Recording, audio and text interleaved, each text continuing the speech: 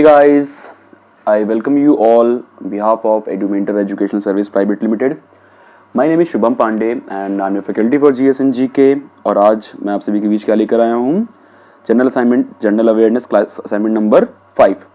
अच्छा, इसको शुरू करने से पहले मैं आपको छोटी सी बात बता दूँ। मैं इस असाइनमेंट की बेसिकली दो पार्ट्स हैं, हम इसको दो पार्ट्स में करेंगे। यानी जो पहला पार्ट है वो आपका क्या होगा, वो आपका बात करेगा economics, finance, government policies and rankings के बारे में। ठीक है, आपको स्क्रीन पर दिख ही रहा होगा।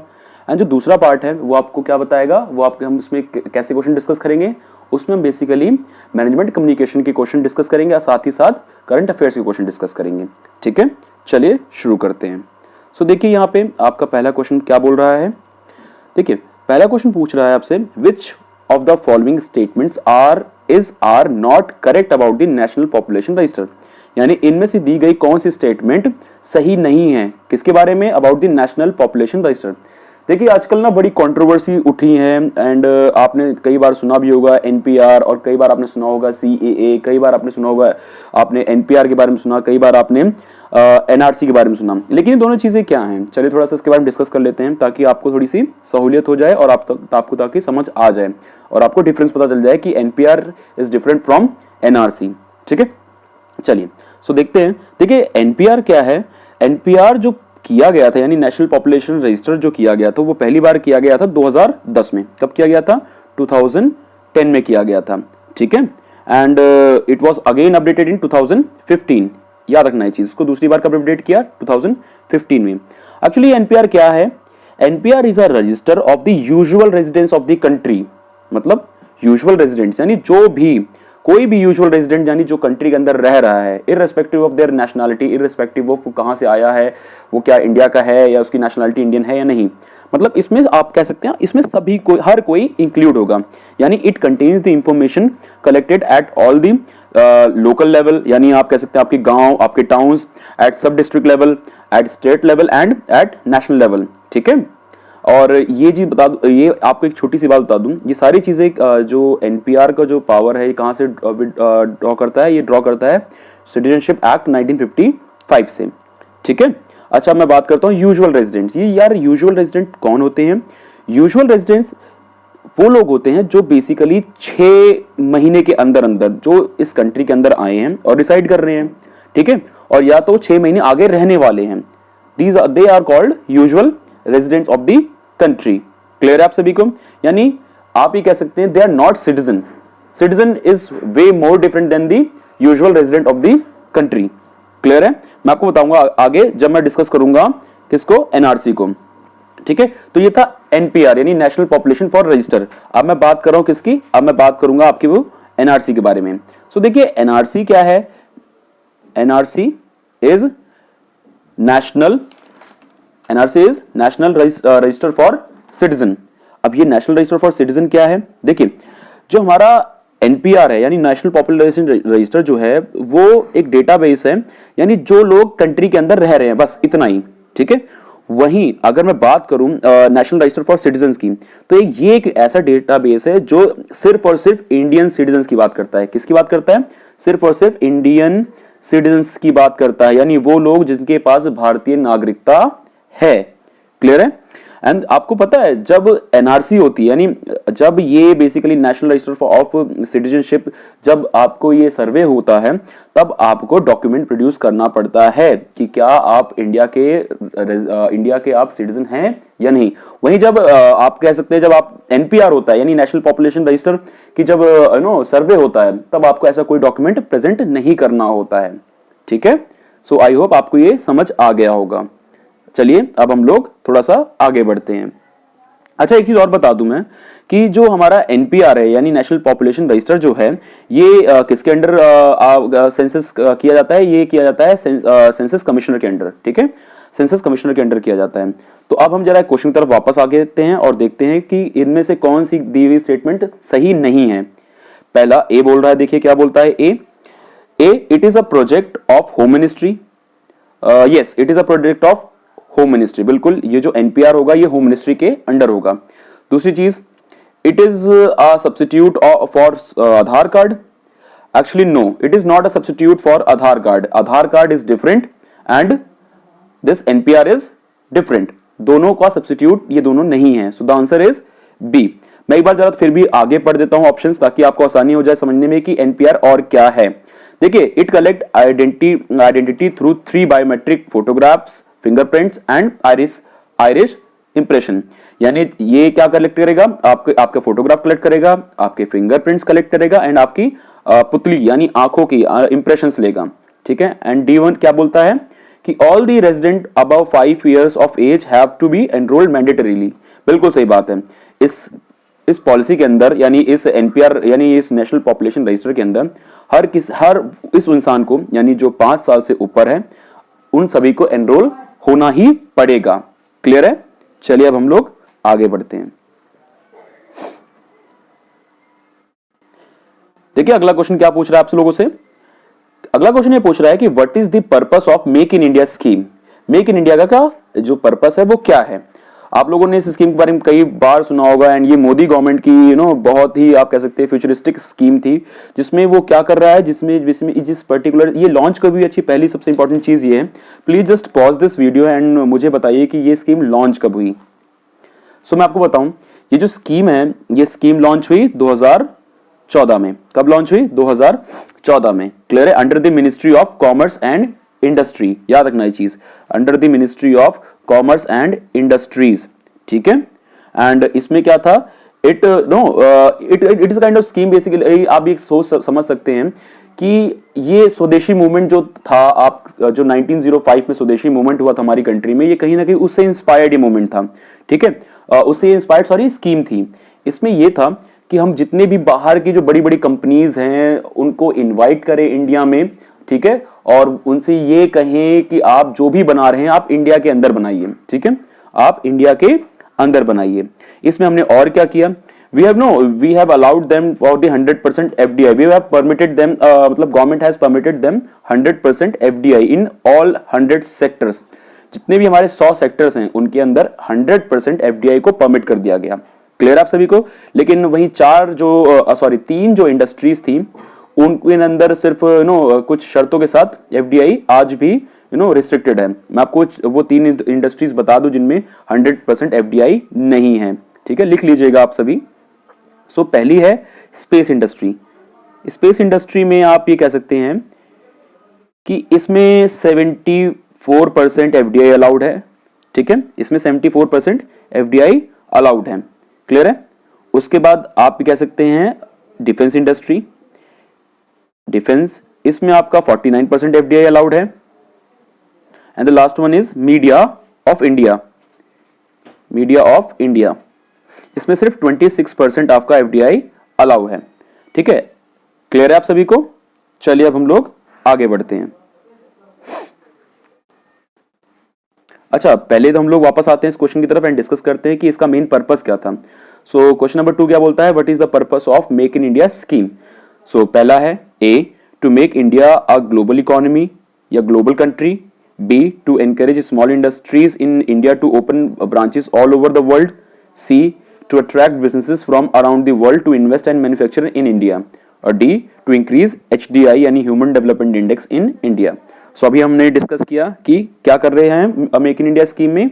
हम लोग जितने भी दुनिया के जो बिजनेसेस हैं, वर्ल्ड बिजनेसेस या वर्ल्ड जो कंपनीज हैं, जो बहुत मल्टीनेशनल कंपनीज, उसको हम इन्वाइट कर रहे हैं इंडिया के अंदर ताकि वो आए इंडिया में इन्वेस्ट करे और मैन्युफैक्चर करे। द आंसर इज सी।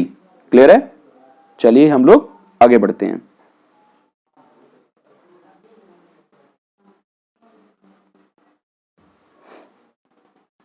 अगला क्वेश्चन आपसे पूछ रहा है कि Niti Aayog has replaced which commission, यानी नीति आयोग ने कौन सा कमीशन रिप्लेस कर दिया है। ठीक है, आप लोगों ने कई बार नीति आयोग का नाम सुना होगा। देखिए, NITI Aayog is national institution for transforming India. National institution for transforming India.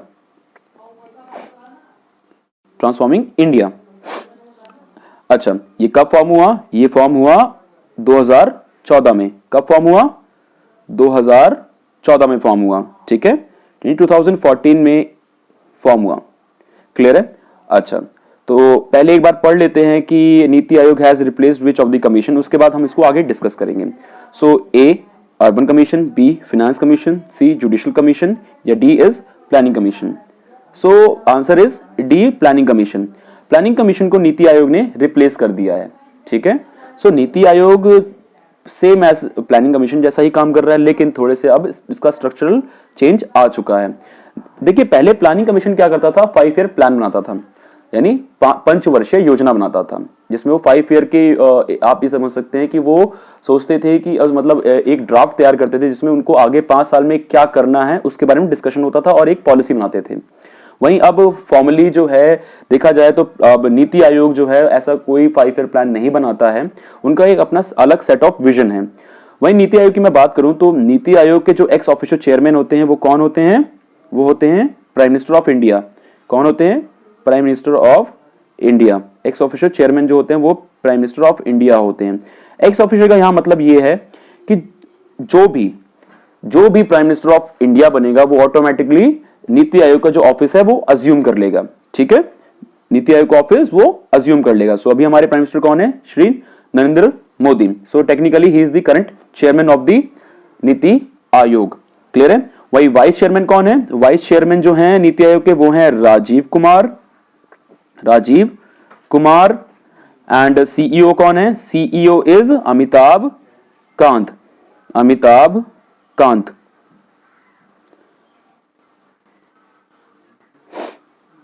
आइए बच्चों अब हम लोग अगले क्वेश्चन की तरफ बढ़ते हैं। देखिए क्वेश्चन नंबर 4 क्या पूछ रहा है आपसे, the scheme by which each MP adopt a village of his her constituency and then turn into a model village within 2 years is known as. आपके पास ऑप्शन 4 ये हैं, ए दीनदयाल उपाध्याय ग्राम ज्योति योजना, बी सर्व शिक्षा अभियान, सी संसद आदर्श ग्राम योजना, डी प्रधानमंत्री जन धन योजना। देखिए मैं एक एक करके स्कीम्स के बारे में डिस्कशन करता हूं।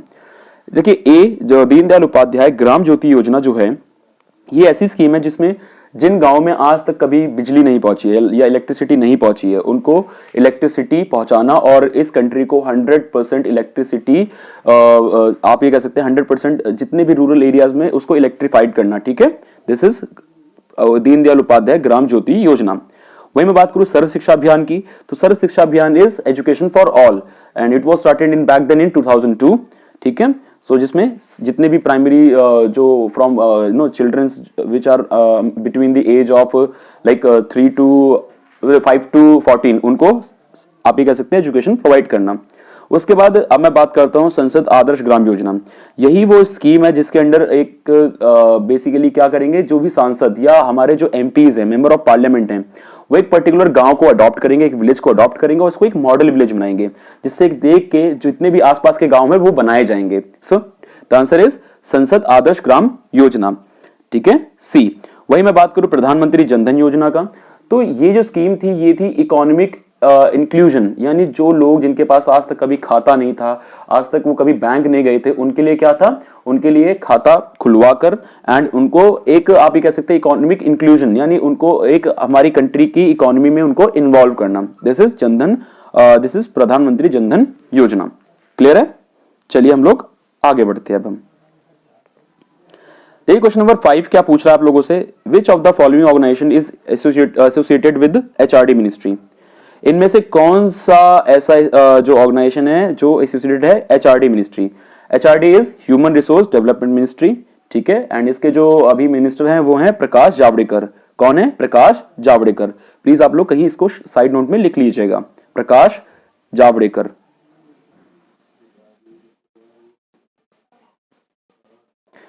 ओके सो अब हम देखते हैं क्वेश्चन क्या पूछ रहा है कि which of the following organisation is associated with HRD ministry. So the देखिए A is INDEST, B national book trust, C national Bal Bhavan and D all of the above.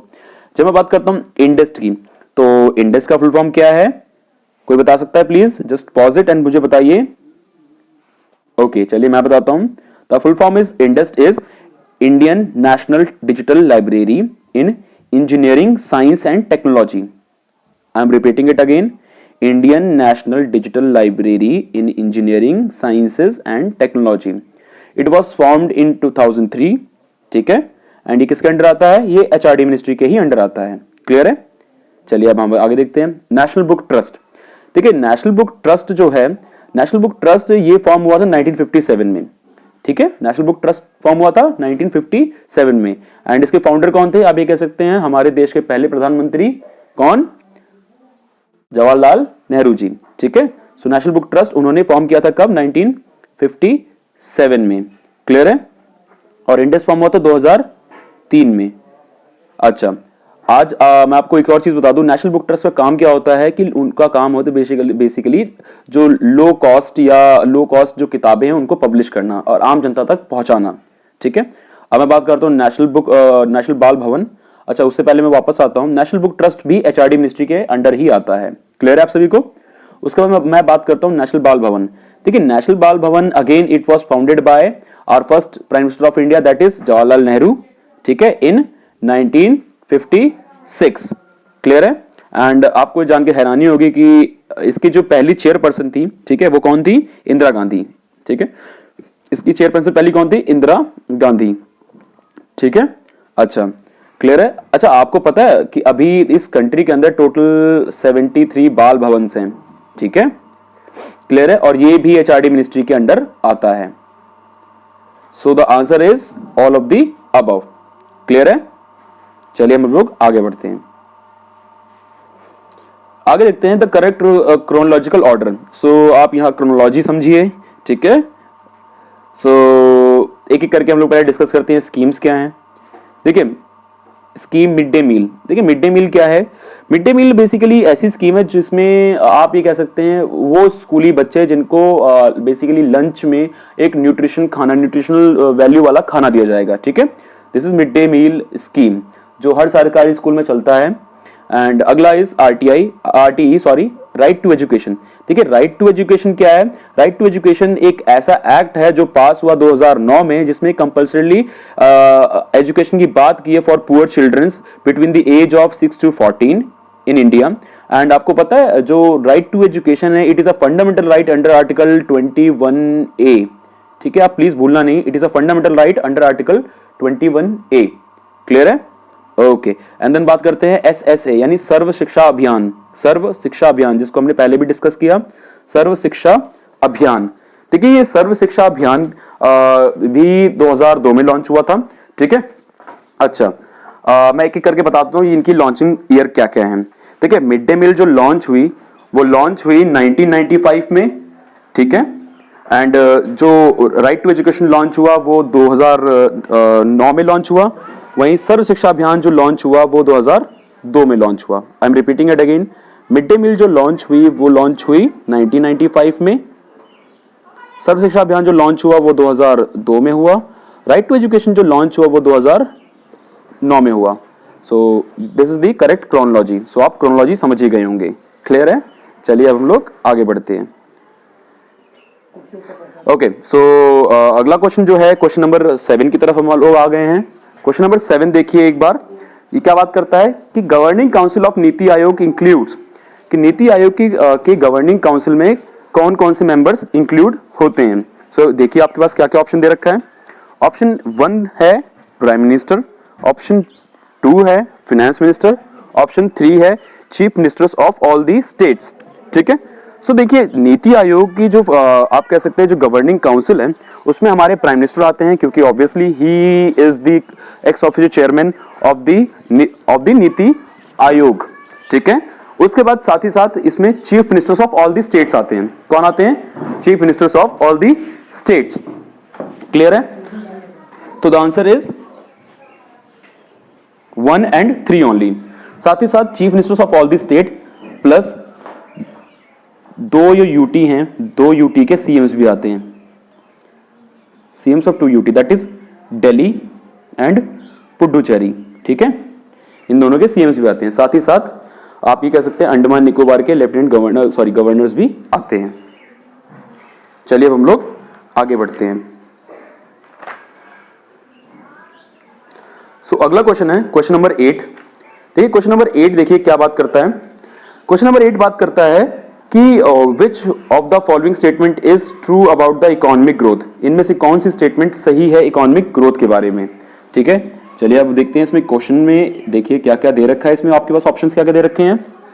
सो देखिए, A is it refers to increase in gross domestic product, B is it refers to long and sustained rise in real gross domestic product, C is it is characterised by fall in unemployment rate, D is rise in GDP on monetary term. चलिए तो देखते हैं क्या है। तो आपने देख ही होगा अपनी स्क्रीन पे, आप लोगों ने अगर जीडीपी किसी को पता है तो it's well and good, but जो नॉन इकोनॉमिक बैकग्राउंड वाले हैं जिनको शायद थोड़ा सा जीडीपी बारे में कम आइडिया है तो मैं बता दूं। ठीक है, जीडीपी इज, यानी जीडीपी जो है, मैं लेमेंस लैंग्वेज में बता रहा हूं, it is the sum total of all the goods and services produce with in the year of our economy, यानी with in the domestic territory के अंदर जितनी भी गुड्स एंड सर्विसेज प्रोड्यूस हुई हैं एक साल के अंदर अंदर, इनका जो सम टोटल होगा that is known as GDP. ठीक है, सो अब हम देखते हैं क्या है ये। It refers to increase in gross domestic product. हम यहाँ बात कर रहे हैं इकोनॉमिक ग्रोथ की, किसकी बात कर रहे हैं हम लोग, इकोनॉमिक ग्रोथ की। ऑब्वियस सी बात है, जब हमारा जीडीपी जो है वो बढ़ता है तो तभी तो हमारी इकोनॉमिक ग्रोथ, आपने सुना भी होगा, कई बार न्यूज़पेपर में भी सुना होगा कि हमारी जीडीपी ग्रोथ बढ़ रही है, इसका मतलब क्या है, हमारी इकोनॉमिक ग्रोथ भी बढ़ रही है। ठीक है, so the answer is A, it refers to increase in gross domestic product. चलिए अब हम लोग आगे बढ़ते हैं। देखो क्वेश्चन नंबर 9 क्या पूछ रहा है कि मार्केट बेस्ड इकोनॉमी क्या है।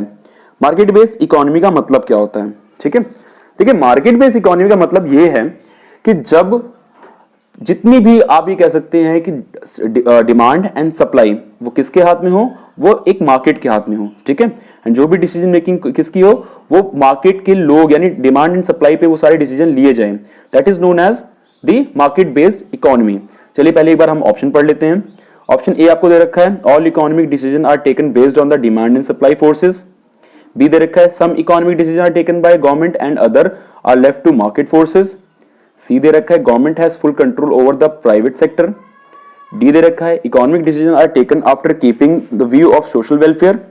सो मैंने अभी आपको बताया क्या कि जितने भी डिसीजन जो होते हैं वो लिए किस पे जाते हैं, वो जितने भी इकोनॉमिक डिसीजन लिए जाते हैं वो डिमांड एंड सप्लाई पे ले जाते हैं। ठीक है, चलिए जैसे मान लीजिए, लेट्स सपोज एक एग्जांपल लीजिए कि आजकल just because of the lockdown कई सारी चीजें ऐसी हैं जिनकी डिमांड बहुत ज्यादा इंक्रीज हो गई है। ठीक है, तो क्या होगा, ऑब्वियस सी बात है कि जब डिमांड इंक्रीज होगी तो ऑब्वियस सप्लाई भी इंक्रीज होगी। वहीं कई ऐसी भी चीजें हैं जैसे लेट्स सपोज आप जैसे मास्क, सैनिटाइजर्स, इनकी अचानक से जो है डिमांड बहुत ज्यादा सर्ज हो गई, तो क्या हुआ कि भाई इनकी सप्लाई भी सर्च करनी पड़ी। ठीक है, और डिसीजन ऑब्वियस सी बात है, फिर उसी हिसाब से रेट भी डिसाइड होते हैं जिस हिसाब से आपकी डिमांड इंक्रीज या डिक्रीज होती है। क्लियर आप सभी को। चलिए अब हम लोग आगे बढ़ते हैं।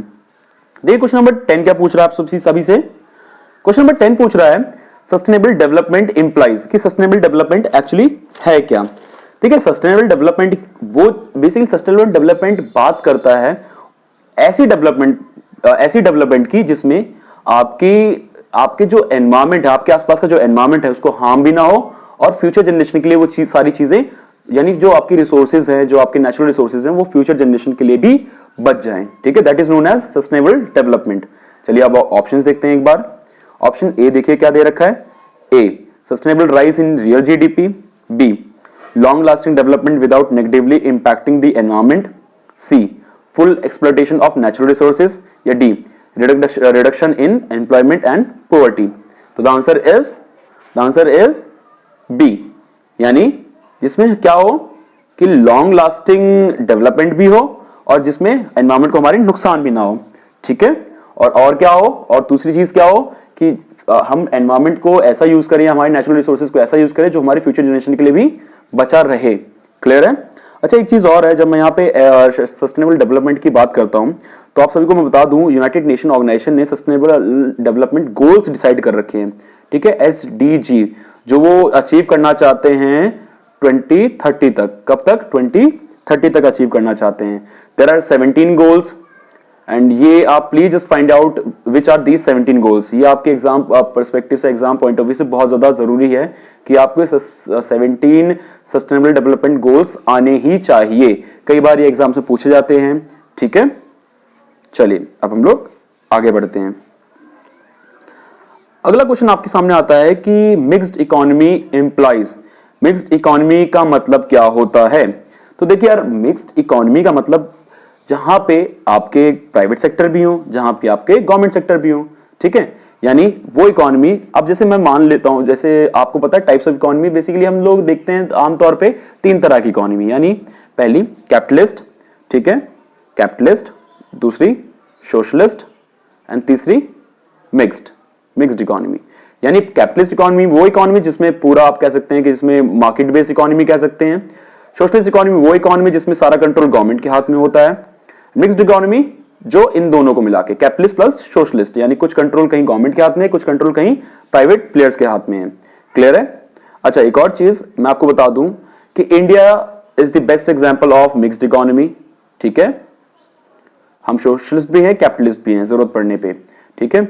जो काम जरूरी है वो सरकारें भी करती हैं, जो काम जरूरी नहीं है वो प्राइवेट सेक्टर भी करता है, ठीक है। जैसे हम मान सकते हैं, जैसे बेस्ट एग्जांपल है हॉस्पिटल्स का, गवर्नमेंट हॉस्पिटल्स भी होते हैं, प्राइवेट हॉस्पिटल्स भी होते हैं, ठीक है। क्लियर है? चलिए आगे देखते हैं हम लोग।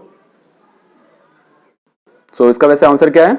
आंसर क्या है कि मैं पहले आपके लिए पहले एक बार ऑप्शन रीड कर देता हूं। Option A is absence of public sector, B is absence of private sector, C is coexistence of public and private sector, D is all economic activity are motivated by social welfare. So the answer is C, coexistence of public and private sector. Clear है? चलिए अब हम लोग आगे देखते हैं। देखिए question number 12 को पूछ रहा है, who operates the monetary policy in India. India में मॉनेटरी पॉलिसी कौन ऑपरेट करता है? ठीक है, देखिए यार, पॉलिसीज जो होती हैं वो 2 तरह की होती हैं। 2 तरह की कौन सी? पहली फिजिकल पॉलिसी, दूसरी मॉनेटरी पॉलिसी। हमारी कंट्री के अंदर जो फिजिकल पॉलिसी है, कौन सी policy? Physical policy. Physical policy ये कौन डिजाइन करती है या ड्रॉ करती है? The answer is government of India, ठीक है। गवर्नमेंट ऑफ इंडिया डिजाइन करती है, ड्रॉ करती है, ठीक है। वहीं अगर मैं मॉनेटरी पॉलिसी की बात करूं तो ये कौन करती है? ये आरबीआई करती है, ठीक है, आरबीआई करती है। इनके सब अपने अपने मेजर्स होते हैं। क्लियर है आप सभी को?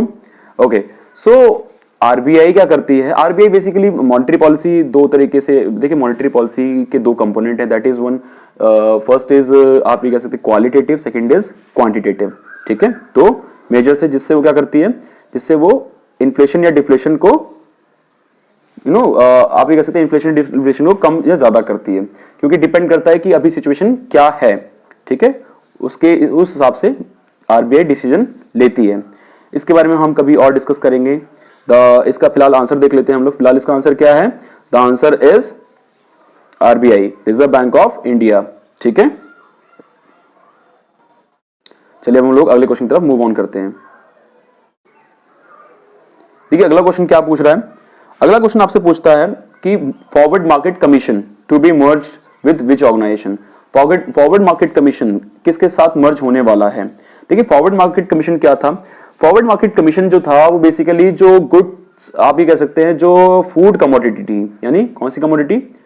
फूड कमोडिटी में डील करता था, ठीक है, फूड कमोडिटीज में डील करता था, ठीक है। यानी जैसे लेट सपोज आप मान सकते हैं शेयर मार्केट में शेयर्स होते हैं, किसी ना किसी पर्टिकुलर शेयर में आप पैसा लगाते हैं, वो ऊपर नीचे होता है, वैसे ही सेम ऐसे फॉरवर्ड मार्केट की जो कमीशन था वो भी इनका जो जितने भी मार्केट्स थे, वो मार्केट जिसमें आप ये फूड कमोडिटीज में डील करती थी, उनके ऊपर एक वॉच रखता था, ठीक है। अब ये किसके साथ मर्ज होने वाला है? ये मर्ज हो गया है सेबी के साथ, एक्चुअली मर्ज हो चुका है, 2015 में ये मर्ज हो चुका है।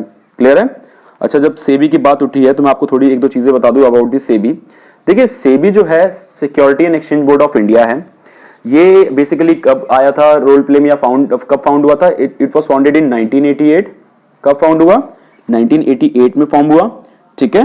एंड इसके जो आप ये कह सकते हैं, इसको जो बेसिकली एक आप कह सकते हैं स्टैट्यूटरी बॉडी कब बनाई गई? ये इसकी स्टैट्यूटरी बॉडी बनाई गई थी 1992 में।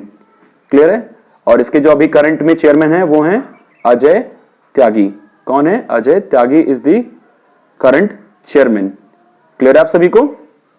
सो आप लोग प्लीज इसका लिख लीजिएगा। And the headquarter its headquarter is in Mumbai. इसका हेडक्वार्टर मुंबई में है। आगे देखते हैं गार। गार यानी GAR स्टैंड्स फॉर, देखिए गार का मतलब क्या है? जनरल एंटी अवॉइडेंस रूल, ठीक है। and it is an anti-tax avoidance law under the chapter of 10th A of the Indian Income Tax Act of 1961 of India. ठीक है, देखिए किसने इंट्रोड्यूस किया था? ये इंट्रोड्यूस किया था प्रणब मुखर्जी में। किसने इंट्रोड्यूस किया था? 2012 में वो हमारे फाइनेंस मिनिस्टर थे, उन्होंने ये बेसिकली ये इंट्रोड्यूस किया था। गार यानी जनरल एंटी अवॉइडेंस रूल्स को उन्होंने किसने इंट्रोड्यूस किया था? प्रणब मुखर्जी ने 2012 में। क्लियर है? चलिए हम आगे देखते हैं। Which was the first bank Indian bank to provide internet facility? कौन सी बैंक थी जिसने इंटरनेट फैसिलिटी प्रोवाइड की थी इंडिया के अंदर? सो the answer is ICICI bank, जिन्होंने पहली बार इंटरनेट फैसिलिटी प्रोवाइड की थी इंडिया में। ठीक है, अगर मैं बात करूं फर्स्ट एटीएम की, तो it was established bye HSBC इन 1987। मुंबई में लगाया था उन्होंने अपना पहला एटीएम। मुंबई में उन्होंने अपना पहला एटीएम लगाया था HSBC ने। याद रखना, कई बार क्वेश्चन भी पूछा गया है कि who established first ATM in India? The answer is HSBC। ठीक है, वही मैं बात करूं SBI की, देखिए SBI जो था, SBI कब रोल प्ले में आया? SBI रोल प्ले में आया कब? 1921 में। कब आया? 1921 में आया। ठीक है, 1921 में ये 2-3 बैंकों के साथ मर्ज हुआ, that is bank of Calcutta, bank of Madras, bank of Bombay के साथ मर्ज होके SBI फॉर्म में आया। SBI का पहले जो नाम था वो इंपीरियल बैंक ऑफ इंडिया था। क्या नाम था? Imperial bank of India. ठीक है, बैंक ऑफ इंडिया। इसका नाम जो चेंज हुआ वो कब चेंज हुआ? वो चेंज हुआ 1955 में। 1955 में इसका नाम बदल के SBI कर दिया गया। उससे पहले क्या नाम था? इंपीरियल बैंक ऑफ इंडिया था। क्लियर आप सभी को? अच्छा, एक और चीज मैं आपको बता दूं, इंडिया का जो पहला बैंक था, first bank of India, it was bank of Hindustan and formed established in 1717। ठीक है, चलिए आगे बढ़ते हैं हम लोग। So the next question is 16, which of the following is used for the measurement of distribution of income? इसमें से कौन सा ऐसा कर्व है या ग्राफ है जो हमारी इनकम डिस्ट्रीब्यूशन के लिए मेजर करने के लिए यूज होता है? So the answer is Gini Lorenz curve. Guinea Lorenz curve जो है वो यूज होता है इनकम डिस्ट्रीब्यूशन, यानी एक इकोनॉमी के अंदर इनकम की कैसी डिस्ट्रीब्यूशन, यानी जो पैसा आ रहा है वो डिस्ट्रीब्यूट कैसे हो रहा है। यानी कहीं ऐसा तो नहीं है कि गरीब और गरीब होता जा रहा है और अमीर होता जा रहा है, यानी अमीरों के पास और पैसा आता जा रहा है और गरीबों के पास बिल्कुल ही पैसा खत्म होता जा रहा है। कहीं ऐसा तो नहीं है।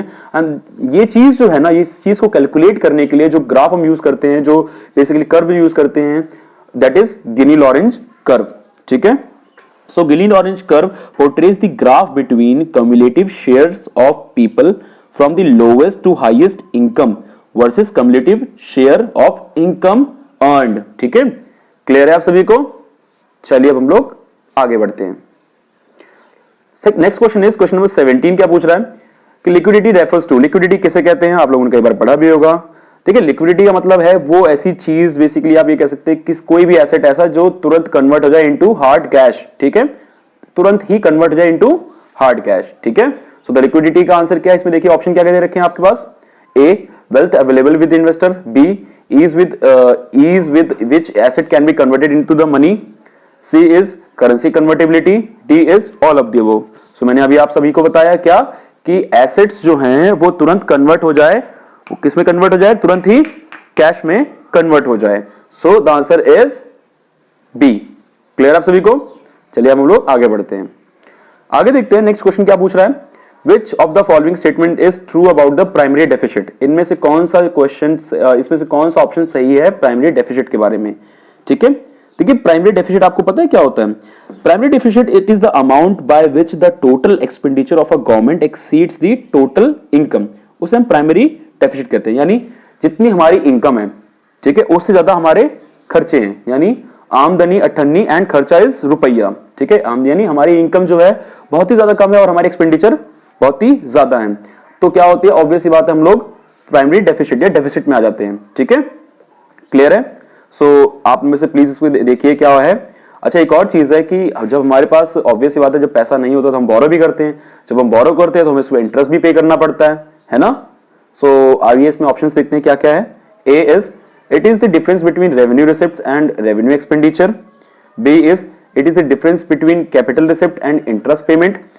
C is it is difference between the fiscal deficit and interest payment.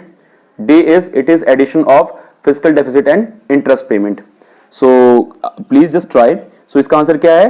The total जितना भी हमारा total income है, ठीक है, and total expenditure of the government है, इन दोनों का जो difference होता है that is and the interest paid on the borrowings of the previous year, ये सब क्या है? हमारा primary deficit है, ठीक है. So I hope आपको ये समझ आ गया होगा.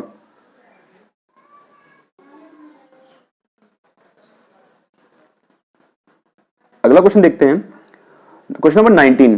What does the term NSDL stand for? Question number 19 देखिए कि एनएसडीएल की फुल फॉर्म क्या है. देखिए NSDL is national security depository limited. Full form क्या है? National security depository limited. ये कब फॉर्म हुआ था, कब स्टैब्लिश हुआ था? ये हुआ था 1996 में. कब स्टैब्लिश हुआ था? 1996 में. इसका हेडक्वार्टर कहाँ है? इसका मुंबई में. इसका हेडक्वार्टर कहां पे है? मुंबई में है, ठीक है. एंड आपको पता है back then it was the India's first electronic security depository, ठीक है. यानी आप ये समझ सकते हैं कि आपके जो भी पैन कार्ड आते हैं, it was totally designed and generated by NSDL, ठीक है. चलिए अब हम लोग आगे बढ़ते हैं. सो यहां पूछा हुआ है कि इंडिया की रैंक क्या है ग्लोबल करप्शन इंडेक्स पे. सो इंडिया की रैंक ग्लोबल करप्शन इंडेक्स पे आज की डेट में हमारी कहां पे है? We are on position number 80th. कौन सी पोजीशन में है? 80वें पायदान पे हैं, ठीक है. अच्छा, ये जो basically global corruption perception index है, ये कौन डिजाइन करता है, ये कौन निकालता है? ये हर साल कौन निकालता है? ये हर साल ट्रांसपेरेंसी इंटरनेशनल निकालती है. कौन निकालती है? ऑर्गेनाइजेशन ट्रांसपेरेंसी इंटरनेशनल निकालती है हर साल, ठीक है. सो द इंडिया की रैंक क्या है? 80th. So the answer is none of the above. आगे देखते हैं what is the India's rank on global hunger index. India की रैंक ग्लोबल हंगर इंडेक्स पे क्या है? सो यहां पे देखिए एक बार. इंडिया की जो रैंक है hunger global India's rank on global hunger index is currently 102nd. क्या रैंक है हमारी? 102nd. देखिए टोटल जो सर्वे होता है वो अमंग दी 119 कंट्रीज में होता है और उनमें से हमारी जो रैंक है वो 102nd है. यानी आप देख सकते हैं कि इंडिया के अंदर कितनी भुखमरी है.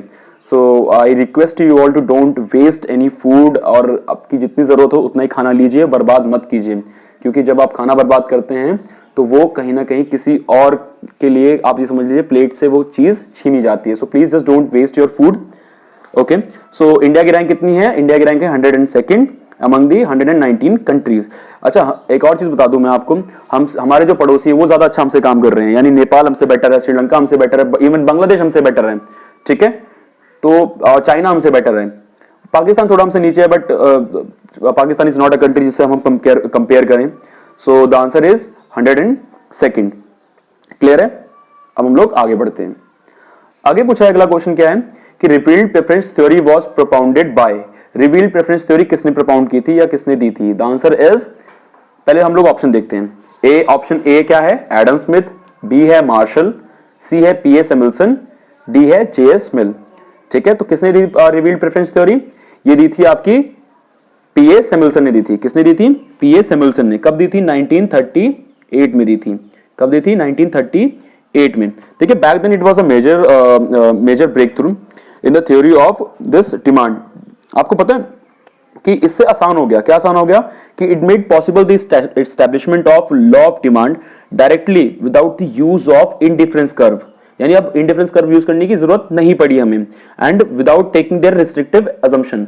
अब आपको पता है कि इंडिफरेंस कर्व जब हम लेते हैं कई सारे रिस्ट्रिक्टिव अजम्पशंस होते हैं. वहीं जब हम रिवील्ड प्रेफरेंस थ्योरी की तरफ आते हैं तो क्या होता है कि जो डिमांड है, लॉ ऑफ डिमांड को हम लोग डायरेक्टली ले सकते हैं और उसमें इंडिफरेंस कर्व यूज करने की कोई जरूरत नहीं होती है. ठीक है, और किसने दिया? ये दिया पीए सैमुअल्सन ने.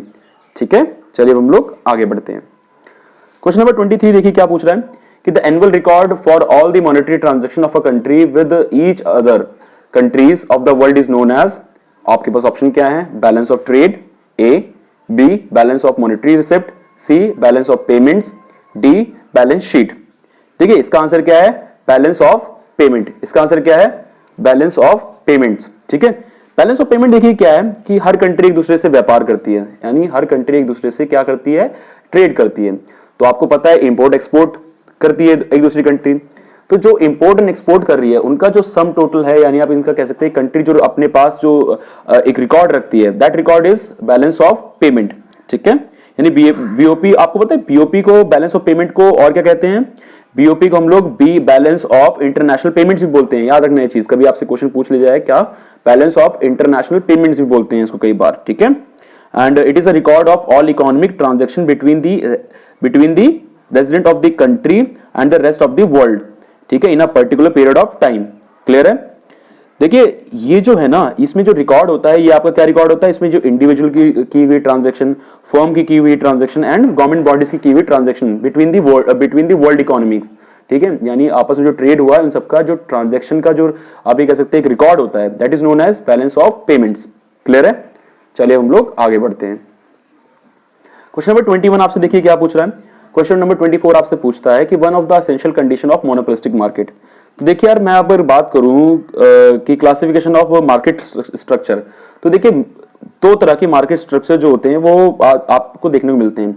यानी पहला जो है वो क्या है? पहला जो है वो है परफेक्ट कंपटीशन मार्केट, और दूसरा है इम्परफेक्ट कंपटीशन मार्केट। यानी परफेक्ट कंपटीशन मार्केट में क्या होता है? परफेक्ट कंपटीशन मार्केट में जहां पे लार्ज नंबर ऑफ बायर्स होते हैं, लार्ज नंबर ऑफ सेलर्स होते हैं, और वो क्या बेच रहे हैं? वो होमोजेनियस प्रोडक्ट बेच रहे हैं। ठीक है, वो सारे होमोजेनियस प्रोडक्ट बेच रहे हैं। क्लियर है? ओके, सो होमोजेनियस प्रोडक्ट। और एक और चीज मैं आपको बता दूं, ये जो परफेक्ट कंपटीशन मार्केट है ये बेसिकली क्या है? ये आप ये कह सकते हैं ये हाइपोथेसिस है, मतलब ये कहीं प्रेजेंट है नहीं, बट ठीक है असम्पशंस के लिए हम लोग लेते हैं। वहीं हम इम्परफेक्ट कंपटीशन मार्केट की बात करते हैं, तो जो पहला है वो है मोनोपोली मार्केट, दूसरा है मोनोपोलिस्टिक मार्केट, पहला है मोनोपोली, दूसरा है मोनोपोलिस्टिक, तीसरा है ओलिगोपोली। देखिए मोनोपोली मार्केट में क्या होता है? There is only one seller and there is a large number of buyer. सबसे बढ़िया एग्जांपल क्या है मोनोपोली मार्केट का? वो है इंडियन रेलवेज। ठीक है, देखिए इंडियन रेलवे इंडिया में सिर्फ इंडियन रेलवे ही चला सकती है। आप ये नहीं कि आप प्राइवेट प्लेयर कोई उठाओ जाके अपनी रेलवे खोल रहा है, नहीं, it is not possible in India. So monopoly का सबसे बढ़िया एग्जांपल है इंडियन रेलवेज, ऐसे आप समझिए। मोनोपोलिस्टिक मार्केट में क्या होता है? लेट्स सपोज सबसे बढ़िया एग्जांपल है बर्गर किंग एंड मैकडॉनल्ड्स। देखिए प्रोडक्ट लगभग सेम ही बेच रहे हैं। ठीक है, प्रोडक्ट डिफरेंशिएशन होता है उनके बीच। होता ऐसे है कि आपको हो सकता है बर्गर में ट्विस्ट मिले। ठीक है, यानी आप जब बर्गर किंग का बर्गर खा रहे हैं या मैकडॉनल्ड्स का बर्गर खा रहे हैं, दोनों में डिफरेंट प्रोडक्ट डिफरेंशिएशन होता है, लेकिन है तो बर्गर ही ना। उनके स्टोर अगल बगल भी होते हैं। ठीक है, यानी एक जगह आपको बर्गर किंग भी दिख जाएगा, वहीं पे आपको मैकडॉनल्ड्स भी दिख जाएगा। ठीक है, so this is known as monopolistic market. वहीं मैं बात करूं ओलिगोपोली की, तो देयर आर फ्यू सेलर मतलब जैसे सबसे बढ़िया एग्जांपल है टेलीकॉम कंपनी, कार कंपनीज, जिसमें क्या होता है ना कि आपको पता है इसमें जो एंट्री होती है इतनी आसान नहीं होती। ठीक है, एंड एग्जिट तो चलो हो ही जाती है, बट एंट्री इतनी आसान नहीं होती, क्योंकि ये जो इंडस्ट्रीज हैं काफी बड़ी इंडस्ट्रीज हैं। इसके लिए आपको बहुत ज्यादा पैसा चाहिए, बहुत ज्यादा कैपिटल चाहिए। इसमें क्या होता है? फ्यू सेलर्स होते हैं and large number of buyers होते हैं। क्लियर है? चलिए हम लोग आगे बढ़ते हैं। देखिए क्वेश्चन नंबर 25 क्या पूछ रहा है आपसे? In economics term the utility and usefulness have. देखिए इकोनॉमिक के टर्म में यूटिलिटी एंड यूजफुलनेस का जो मतलब होता है वो बिल्कुल डिफरेंट मतलब होता है। ठीक है, डिफरेंट मतलब क्यों? देखिए अब मैं आपको बताऊं, तो देखिए जो हमारी यूटिलिटी है, यूटिलिटी क्या है? यूटिलिटी जो है आपकी डिमांड फॉर्म करती है, and it is the satisfaction derived from the consumption of a good. यानी जितना आप सामान कंज्यूम कर रहे हैं वो जो सेटिस्फेक्शन आपको मिल रही है, दैट इज यूटिलिटी। ठीक है, एक कंज्यूमर क्या करता है? ज्यादा से ज्यादा अपनी यूटिलिटी इंक्रीज करने की कोशिश करता है। वहीं अगर मैं यूजफुलनेस की बात करूं, तो usefulness it is used to आप ये कह सकते हैं कि इसलिए यूज करते हैं to describe if a resource is from the sorry, I'm really sorry. It was used if a resource is practical and cost effective in nature and if it can be used in productive activity. यानी क्या होता है usefulness? हम ये चीज देखते हैं कि जहां पे क्या होता है कि एक पर्टिकुलर प्रोडक्ट या पर्टिकुलर चीज जो है, क्या वो रिसोर्स है, क्या वो प्रैक्टिकली यूजफुल है या नहीं है, क्या प्रैक्टिकली हम उसको यूज कर सकते हैं आगे प्रोडक्शन एक्टिविटी में या नहीं। क्लियर है? चलिए अब हम लोग आगे बढ़ते हैं। क्वेश्चन नंबर 26 देखिए क्या बोल रहा है? Gross domestic product is defined as the. क्या डिफाइन करता है? मैंने आपको पहले भी डिस्कस किया थोड़ी देर पहले। सो इसके लिए जरा सा हम लोग ये देख लेते हैं। तो ये ग्रॉस डोमेस्टिक प्रोडक्ट जो है डिफाइन कर रहा है, क्या डिफाइन कर रहा है? All the goods and services produce with in the all the goods and services produced within the economy, within the domestic economy of the country and within 1 year. ठीक है, that is known as goods and services, GDP.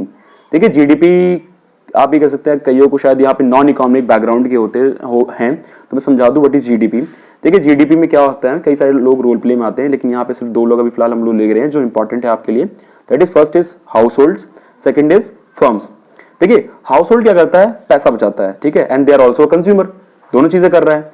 Then वो क्या करता है, firms को क्या दे रहा है, फर्म्स को वो दे रहा है क्या, फैक्टर इनपुट दे रहा है इन the form of land, labour, capital, enterprise और ऑर्गेनाइजेशन. ठीक है, फर्म्स उसके बदले कंज्यूमर्स को क्या दे रही है, हाउस होल्ड वर्कर क्या दे रही है, flow of goods and services, यानी गुड्स एंड सर्विसेज दे रही है. ठीक है, और फर्म्स क्या पे कर रही हैं, हाउस होल्ड को वही जो उन्होंने फैक्टर इनपुट दिया था उसके बदले क्या पे कर रही हैं, they are paying payments of inputs, that is in the form of rent, wages, interest and profit. Clear है, वही हाउस होल्ड क्या पे कर रहा है, payments of final goods and services जो उन्होंने प्रोड्यूस किए फर्म्स ने. सो इन सबका जो सम टोटल होता है वो क्या होता है, आपका जीडीपी में कैलकुलेट होता है. ठीक है, so the answer is the final goods and services produced in an economy in a year. ठीक है, the option D is right. Clear है, आई होप आप सभी को ये चीज समझ आ गई होगी. And if there is a doubt just please mail your mentors and they will reach out with me एंड हम लोग उसको डिस्कस करके I will send you the queries. Clear है, आई होप आपको सबको समझ आया होगा. So bye and take care.